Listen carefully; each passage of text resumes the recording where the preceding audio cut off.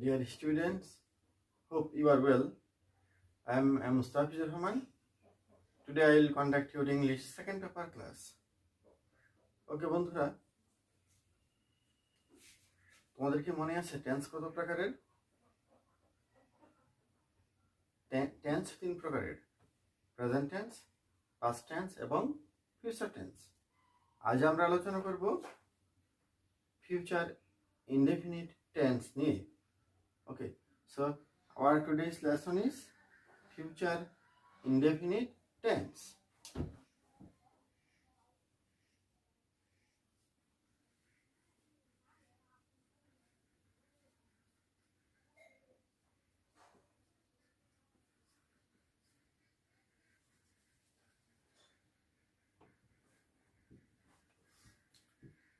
মনে রাখবে, বর্তমানকালের সাধারণ কাজগুলোই ফিউচার ইনডেফিনিট টেন্সের হয়। ওকে, বর্তমানকালের সাধারণ কাজগুলো ফিউচার ইনডেফিনিট টেন্সের হয়। ওকে,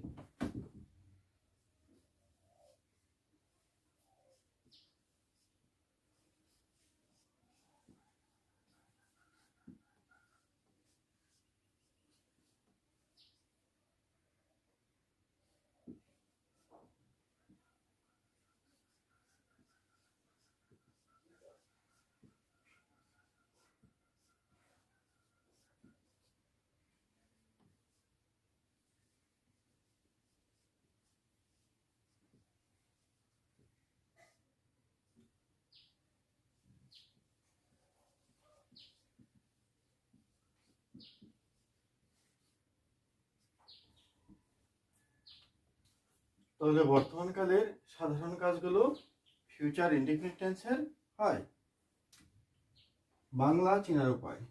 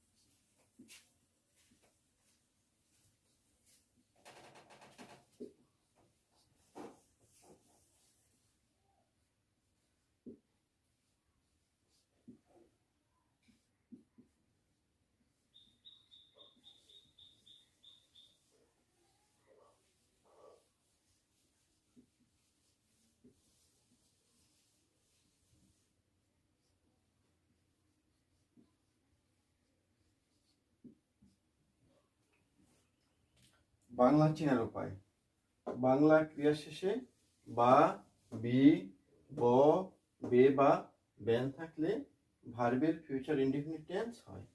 অর্থাৎ কোনো বাংলা বাক্যের ক্রিয়াপদের শেষে যদি তোমরা দেখো যে বা, বি বা ব, বে, বেন লেখা আছে, তাহলে বুঝবা সেই বাংলা বাক্যটা হলো ফিউচার ইনডেফিনিট টেন্সের। ওকে, নাও গঠন: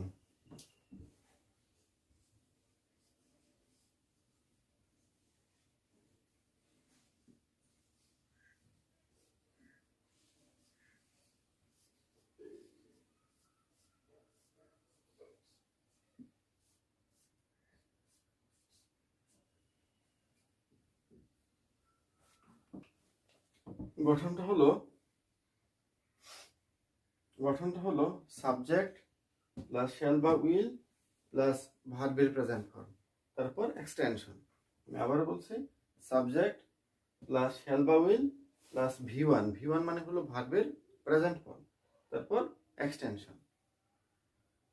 তাহলে তোমরা মনে রাখবে যে বর্তমানকালের সাধারণ কাজগুলো হলো ফিউচার ইনডেফিনিট টেন্সের। এর চেনার উপায়টা হলো বাংলা ক্রিয়াপদের শেষে বা, বি, ব বা বেন লেখা থাকে। গঠনটা হলো সাবজেক্ট পরে শ্যাল উইল থাকবে, তারপরে ভার্বের প্রেজেন্ট ফর্ম। বিষয়টি উদাহরণের মাধ্যমে আরো স্পষ্ট করে তোলা যাক।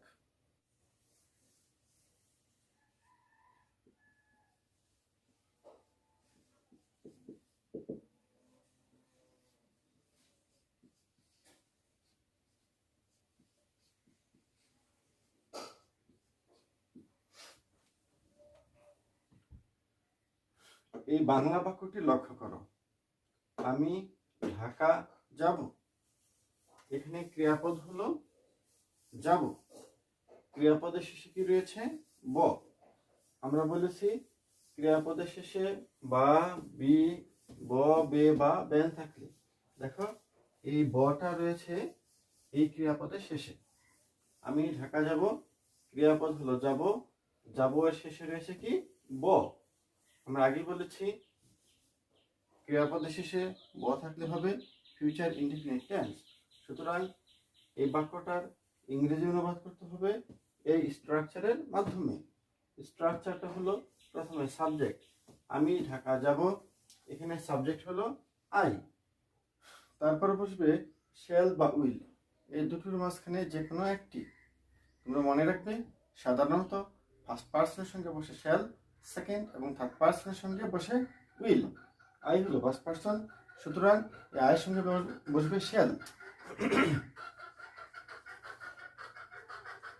তারপর বসবে ভার্বের প্রেজেন্ট ফর্ম, এখানে ভার্ব হলো যাওয়া, যাওয়া ইংরেজিটা হলো গো, এই গোটা হলো ভার্বের প্রেজেন্ট ফর্ম। সুতরাং আমি ঢাকা যাব, এর ইংরেজিটা হলো আই শ্যাল গো। তোমরা ইচ্ছা করলে শ্যালের জায়গায় উইলও লিখতে পারো। আধুনিক ইংরেজিতে এখন সকল পার্সনের সঙ্গেই উইল ব্যবহৃত হচ্ছে।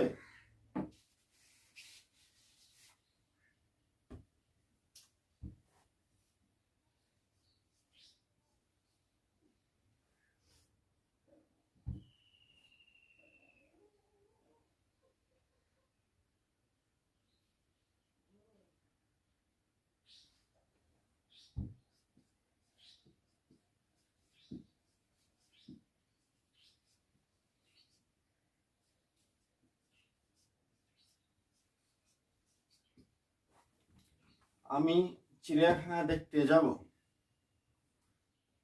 এখানে ক্রিয়াপদ হলো যাব, ক্রিয়াপদের শেষে রয়েছে ব।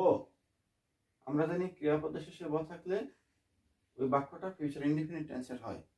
ওকে, তাহলে এই বাক্যটার ইংরেজি অনুবাদ করতে হবে ফিউচার ইনডিফিনিট টেন্সের গঠন দিয়ে। ফিউচার ইনডিফিনিট টেন্সের গঠনটা হলো আগে সাবজেক্ট, এখানে সাবজেক্ট হলো আমি, আমি মানে আই, তারপরে বলবো শ্যাল বা উইল, দুটোর মাঝে যে কোনো একটি। আমরা বলেছি যে কোনো পার্সনের সঙ্গে এখন উইল দেওয়া যায়, আধুনিক ইংরেজিতে এভাবেই ব্যবহৃত হচ্ছে। সুতরাং আমরা এখানে আয়ের সঙ্গে ব্যবহার করবো উইল। তুমি যদি শ্যাল ব্যবহার করো কোনো সমস্যা নেই, আই উইল। ওকে, দেখতে যাওয়া, এখানে ক্রিয়াপদ হলো দেখতে যাব, দেখতে যাওয়া ইংরেজিটা হলো ভিজিট, VISIT, দেখতে যাওয়া ইংরেজিটা হলো ভিজিট। কি বাকি রইল? চিড়িয়াখানা, চিড়িয়াখানা ইংরেজিটা হলো জু, তাহলে আমাদেরকে লিখতে হবে ভিজিট দা জু। তাহলে আমি চিড়িয়াখানা দেখতে যাব, ইংরেজিটা হলো I will visit the zoo. ওকে,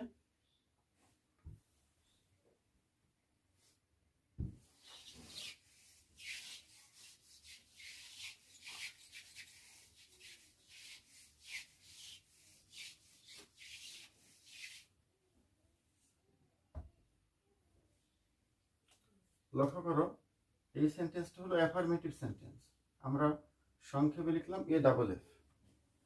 এই সেন্টেন্সটা হলো অ্যাফার্মেটিভ সেন্টেন্স, মানে হা বোধক বাক্য। অ্যাফার্মেটিভের পরিবর্তে সংক্ষেপে আমরা লিখলাম AFF। আমরা এই সেন্টেন্সটাকে নেগেটিভও করতে পারি, এই সেন্টেন্সটাকে আমরা নেগেটিভ করতে পারি। মনে রাখবে কোনো সেন্টেন্সে অক্সিলারি ভার্ব থাকলে সেই অক্সিলারি ভার্বের পরে নট লিখলেই ওই সেন্টেন্সটা নেগেটিভ হয়ে যায়। এটা হলো অক্সিলারি ভার্বের একটা বিশেষ সুবিধা। এই সেন্টেন্স অক্সিলারি ভার্ব হলো উইল, আমি বলেছি অক্সিলারি ভার্বের পরে নট লিখলেই নেগেটিভ হয়ে যায়।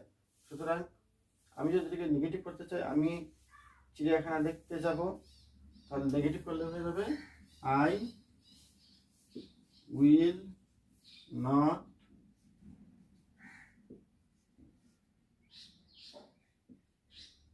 visit the zoo. I will visit the zoo, এটাকে নেগেটিভ করলে হয়ে যাবে I will not visit the zoo। আমি চিড়িয়াখানা দেখতে যাব, নেগেটিভ করলে বাংলাটা হবে আমি চিড়িয়াখানা দেখতে যাব না। আমরা যদি ইন্টারোগেটিভ করি INT, মানে ইন্টারোগেটিভ।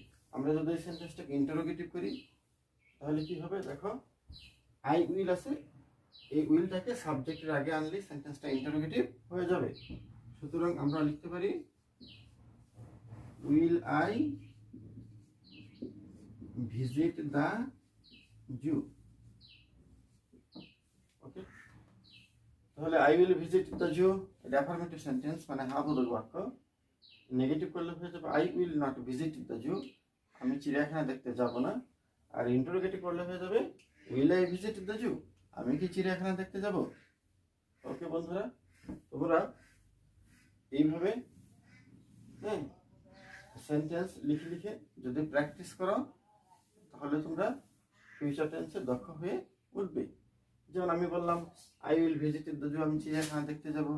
তুমি তুমি বাসায় যখন প্র্যাকটিস করো তাই প্র্যাকটিস, আমি চিড়িয়াখানা দেখতে যাব, আমি স্কুলে যাব, হ্যাঁ আমি স্কুলে যাব, আমি ঢাকা যাব, আমি রাজশাহী যাব, আমি ভাত খাবো।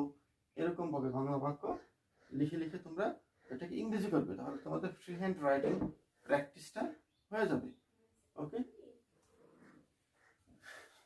নাও future continuous tense. Future continuous tense ভবিষ্যৎকালে কোনো কাজ সংগঠিত হয়ে কিছু সময় ধরে চলতে থাকবে বোঝালে ভার্বের ফিউচার কন্টিনিউয়াস টেন্স হয়। তো অর্থাৎ ভবিষ্যৎকালে কোনো কাজ সংগঠিত হয়ে সেই কাজটি কিছু সময় ধরে চলতে থাকবে বোঝালে ভার্বের ফিউচার কন্টিনিউয়াস টেন্স হয়। তাহলে বোঝা গেল ফিউচার কন্টিনিউয়াস টেন্সের কাজটা ভবিষ্যৎকালে কিছু সময় ধরে চলতে থাকে। ওকে, বাংলা চেনার উপায়। বাংলা চেনার উপায়টা হলো বাংলা ক্রিয়াপদের শেষে তে থাকবো, তে থাকবে, তে থাকবা, তে থাকবি, তে থাকবেন ইত্যাদি থাকে। অর্থাৎ তোমরা বাংলা ক্রিয়াপদের শেষে যদি দেখো লেখা আছে তে থাকবো, তে থাকবা, তে থাকবে, তে থাকবেন আছে, তাহলে তোমরা সেই বাংলা বাক্যটার অনুবাদ করবে ফিউচার কন্টিনিউয়াস টেন্সের মাধ্যমে। ওকে, ফিউচার কন্টিনিউয়াস টেন্সের গঠনের মাধ্যমে। তাহলে ফিউচার কন্টিনিউয়াস টেন্সের গঠনটা কি?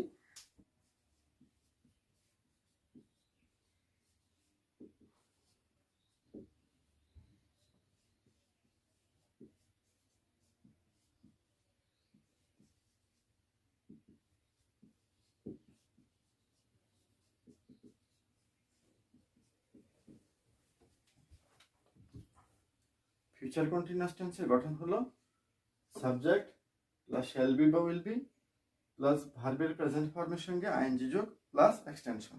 আমি আবার বলছি, ফিউচার কন্টিনিউয়াস টেন্সের গঠন হলো সাবজেক্ট প্লাস শ্যাল বি বা উইল বি প্লাস ভার্বের সঙ্গে আইএনজি যোগ। একটি উদাহরণ লক্ষ্য করো।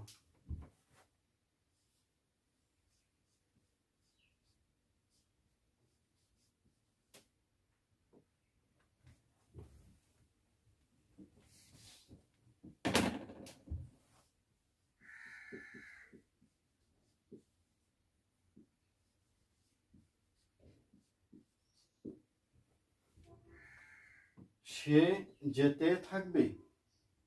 দেখো এখানে ক্রিয়াপদ হলো যেতে থাকবে, তাহলে ক্রিয়াপদের শেষে রয়েছে, এখানে রয়েছে তে, আবার এখানে রয়েছে কি থাকবে। তাহলে লক্ষ্য করো এই ক্রিয়াপদের শেষে কি রয়েছে তে থাকবে, আমরা লিখেছি তে থাকবে। ক্রিয়াপদের শেষে দেখো তে থাকবে, ক্রিয়াপদের শেষে তে থাকবে থাকলে ফিউচার কন্টিনিউয়াস টেন্স হয়। সুতরাং আমরা যদি বাংলা বাক্যটার ইংরেজি করতে চাই তাহলে ফিউচার কন্টিনিউয়াস টেন্সের গঠনের মাধ্যমে ইংরেজি করতে হবে। গঠনটাকে প্রথমে সাবজেক্ট, সে যেতে থাকবে, এখানে সাবজেক্ট হলো সে, সে মানে হি, তারপরে বসবে শ্যাল বি বা উইল বি। আমরা বলেছি সকল পার্সনের সঙ্গে উইল ব্যবহার করাটাই ভালো, তো হি উইল বি। ওকে, এখন যাওয়া ইংরেজিটা কি গো, যাওয়া ইংরেজিটা হলো গো, এর সঙ্গে দিতে হবে আমাদের আইএনজি। ওকে, দেখো মিলে গেছে, সাবজেক্ট কি হলো সাবজেক্ট, শ্যাল বি বা উইল বি দুটোর মাঝে যে কোনো একটি আমরা লিখেছি উইল বি। তারপরে ভার্বের প্রেজেন্ট ফর্মের সঙ্গে আইএনজি, এখানে ভার্ব হলো যাওয়া, যাওয়া ইংরেজিটা হলো গো, এর সঙ্গে আইএনজি যোগ করে আমরা লিখেছি গোয়িং। সুতরাং সে যেতে থাকবে ইংরেজিটা হলো হি উইল বি গোয়িং।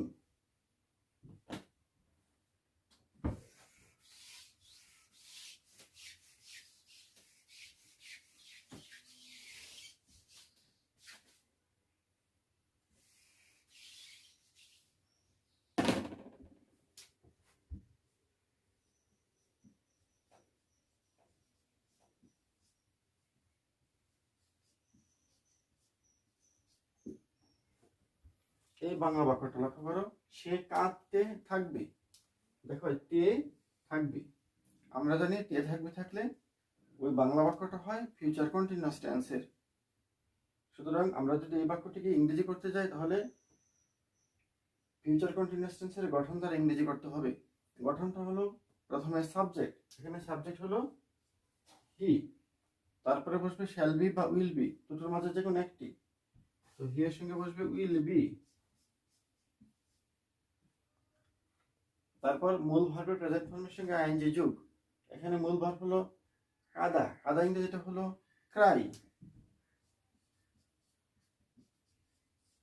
এর সঙ্গে আইএনজি যোগ করলে হয়ে গেল ক্রাইং।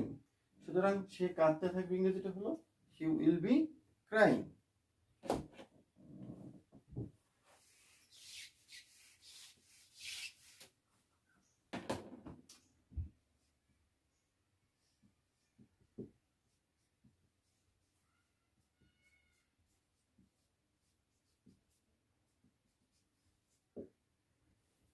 দেখো এটা হলো অ্যাফার্মেটিভ বাক্য, হি উইল বি ক্রাইং, সে কাঁদতে থাকবে। এটাকে নেগেটিভ করলে হয়ে যাবে, মনে রাখবে অক্সিলিয়ারি ভার্বের পরে নট ইউজ করলেই বাক্যটা নেগেটিভ হয়ে যায়।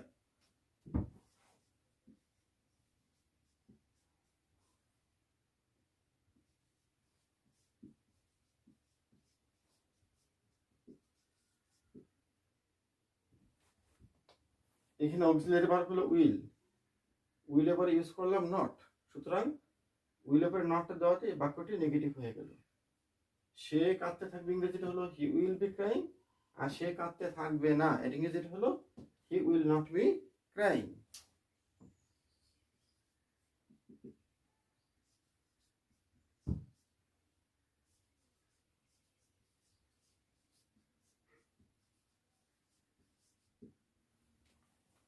হি উইল বি ক্রাইং, এটাকে ইন্টারোগেটিভ করলে হয়ে যাবে উইল হি বি ক্রাইং, সে কি কাঁদতে থাকবে। ওকে, তাহলে অ্যাফার্মেটিভ হলো he will be crying, negative হলো he will not be crying, আর ইন্টারোগেটিভ হলো will he be crying. Okay বন্ধুরা, আমরা এতক্ষণ আলোচনা করলাম ফিউচার কন্টিনিউয়াস টেন্স নিয়ে। তাহলে ফিউচার কন্টিনিউয়াস টেন্সটা কি আমি আবারও সামারাইজ করছি। বর্তমানকালে ভবিষ্যৎকালে কোনো কাজ কিছু সময় ধরে চলতে থাকবে বুঝালে ভার্বের ফিউচার কন্টিনিউয়াস টেন্স হয়। চেনার উপায়টা হলো বাংলা ক্রিয়াপদের শেষে তে থাকবো, তে থাকবি, তে থাকবা, তে থাকবে, তে থাকবেন থাকে। গঠনটা হলো সাবজেক্ট প্লাস শ্যাল বা will B, subject plus shall be বা উইল বি, তারপর ভার্বের সঙ্গে আইএনজি যোগ, তারপর এক্সটেনশন। ওকে, তারপর আমরা আলোচনা করেছি অ্যাফার্মেটিভ, নেগেটিভ এবং ইন্টারোগেটিভ সেন্টেন্স কিভাবে গঠন করতে হয়। মনে রাখবে অক্সিলারি ভার্বের পরে নট দিলেই নেগেটিভ হয়ে যায়, এবং সাবজেক্টের আগে অক্সিলারি ভার্ব লিখলেই সেন্টেন্সটা ইন্টারোগেটিভ হয়ে যায়। এখন প্রশ্ন, তোমাদের পরীক্ষায় রাইট ফর্ম অফ ভার্ব আসতে পারে। বন্ধুরা, আমরা এখন আলোচনা করব রাইট ফর্ম অফ ভার্ব নিয়ে। Use right form of verb, এর মানে হলো সঠিক ভার্বের ব্যবহার। উদাহরণটি লক্ষ্য করো, he will dash take tea, সে চা পান করবে। এখানে আছে উইল, এখানে ব্র্যাকেটে আছে টেক, সুতরাং এখানে আমরা কি লিখব। ওকে, আমরা ফিউচার ইনডিফিনিট টেন্সের গঠনে পড়েছি সাবজেক্টের পরে বসে শ্যাল বা উইল, তারপরে বসে ভার্বের প্রেজেন্ট ফর্ম। সুতরাং এখানে কারেক্ট অ্যান্সারটা হবে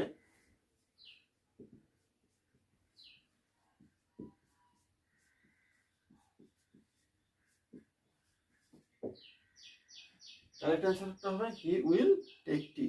যেহেতু উইলের পরে ভার্বের প্রেজেন্ট ফর্ম বসে, সুতরাং এখানে হবে কি টেক। এই টেকটি হলো ভার্বের প্রেজেন্ট ফর্ম।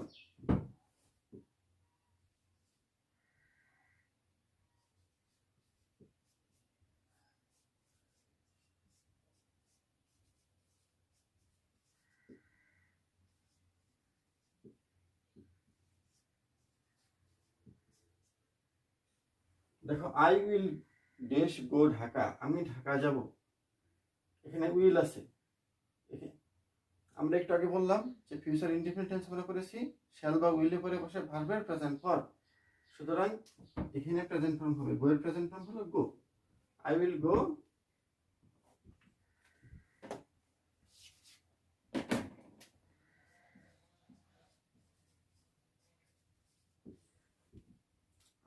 to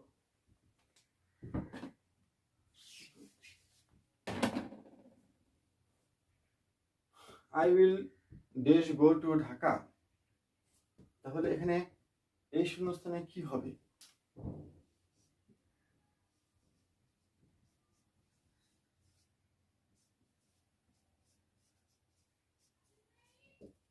দেখো এই শূন্যস্থানে গোই হবে। কেন গো হবে? আমরা ফিউচার ইনডিফিনিট টেন্সে করেছি সাবজেক্টে পরে বসে শ্যাল বা উইল, তারপরে বসে ভার্বের প্রেজেন্ট ফর্ম। এখানে উইল বসেছে, তারপরে বসবে ভার্বের প্রেজেন্ট ফর্ম। গো এর প্রেজেন্ট ফর্ম হলো গো।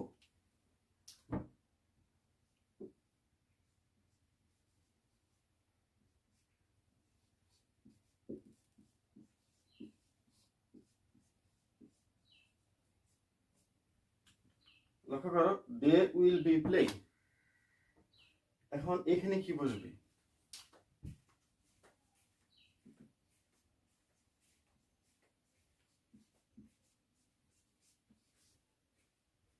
দে উইল বি, এখানে হবে প্লেইং। এখানে কি হবে? প্লেইং। লক্ষ্য করো কেন প্লেইং হলো? উইল বি আছে, দেখো আমরা ফিউচার কন্টিনিউয়াস টেন্সের গঠনে করেছি সাবজেক্টে পরে বসে শ্যাল বি বা উইল বি, তারপরে ভার্বের সঙ্গে আইএনজি। এখানে দে হলো সাবজেক্ট, এরপরে লিখেছি উইল বি, প্লে হলো ভার্ব, এর সঙ্গে আইএনজি যোগ করলে হবে প্লেইং। সুতরাং they will be dash play, এটা হয়ে যাবে দে উইল বি প্লেইং। কারণ ফিউচার কন্টিনিউয়াস টেন্সে শ্যাল বি বা উইল বি পরে ভার্বের সঙ্গে আইএনজি যোগ হয়।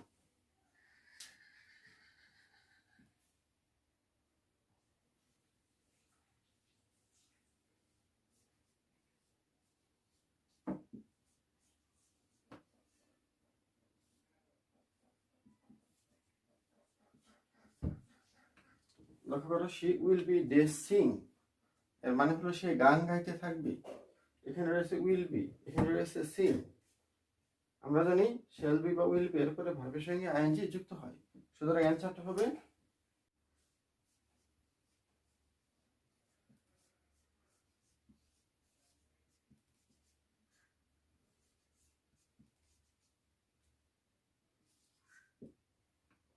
she will be singing.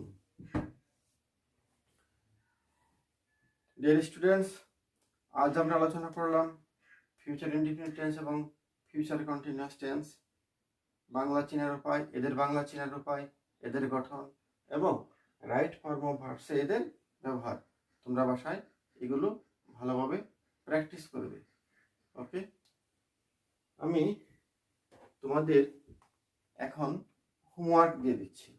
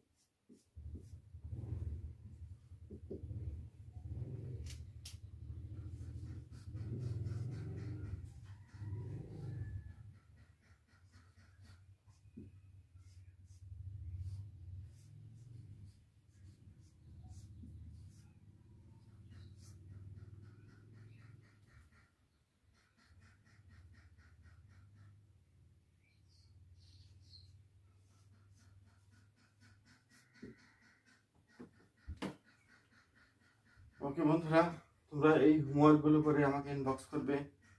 আজ এ পর্যন্তই। ভালো থেকো, বাসাতে থেকো, কিপ ইউরসেলফ ফিট। আল্লাহ হাফিজ।